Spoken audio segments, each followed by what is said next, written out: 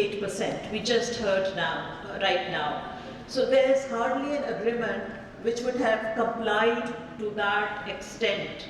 And by now, we are all into the second phase of reducing the remaining 2% of ODSs, that is the HCFCs.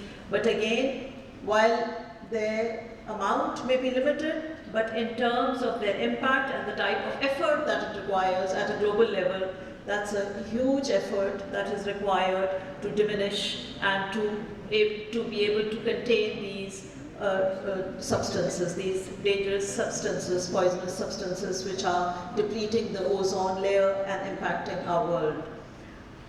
One thing that I would want to highlight in just a few minutes of my conversation with you is that when I have looked at the literature, what comes out as very significant as to how come this global agreement has been more impactful than others. One thing that the global community did was that they set up a multilateral fund. Their funding mechanism has been most powerful, and that funding has by now financed, I'm told, has financed more than 6,000 projects across the world. Not just the projects, but different activities. And the biggest thing that it has done, it has financed the ozone cells or the units that we are talking about. So what it has done is that it has put in almost 145 countries ozone units. These ozone units have been extending the coordination to private sector, to business groups.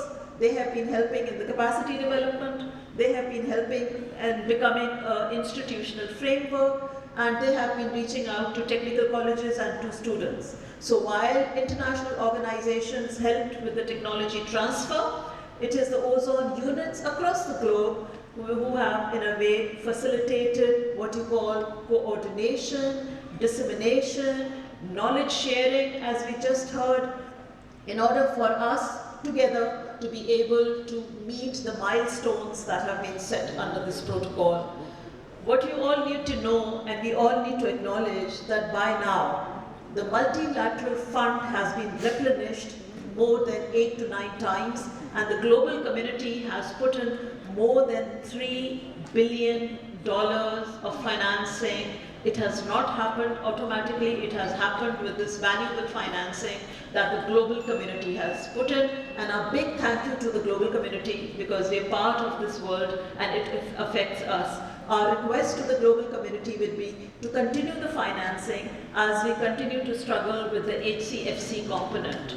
If it had not been for this multilateral financing, the impacts that we heard in terms of, firstly, the health hazards that ozone layer, if the hole had continued, the health hazards in terms of the skin cancers, the cataracts, there are figures, the tens of millions of cases would have happened if the ozone had been depleted. So together we have been able to contain the danger to our collective health and to have helped heal the world collectively. Coming to what Pakistan has been able to do, we heard from Khurram Saab, we heard from my colleagues that Pakistan has been on the mark. Pakistan, along with other parties to the protocol, was successful in containing the CFCs by 2009. They did that successfully, and we are also implementing the phase 2 of containing the HCFCs. And in doing so, we heard again that our unit, the ministry and the private sector, the HV ACR society has played a critical role in hand-holding, being together and in resolving that we would contain this massive challenge. While it is a part of the climate change challenge, but it is beyond climate change in the sense that a lot of gases that impact our globe on the climate change are also part of the ODS. So that this is what Inger Anderson was referring to, that this ozone layer work has also helped us not just heal the layer, but it has also helped us in containing the effects of climate change. Thank you very much for highlighting some of the work that the ministry is doing.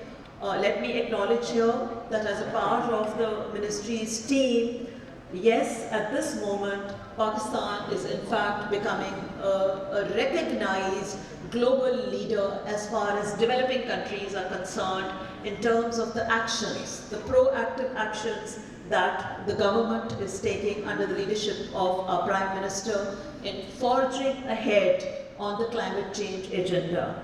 Again, while we have issues, we continue to have economic issues, we have fiscal deficits, we have our development agenda. Despite that, government has put in very valuable set of funding. It has put in more than $800 billion up till now in the biodiversity, the plantation and the ecosystem restoration agenda. And again, that is not just specific to the agenda of the government, it's the country's agenda because it's long term. It is like taking the country from 2021 right into 2030, where we want to see our emissions lower by a significant more than 20%. We are at this moment preparing for another international agenda, that is UNFCCC, the climate change agenda, and we'll be moving into the Conference of Parties.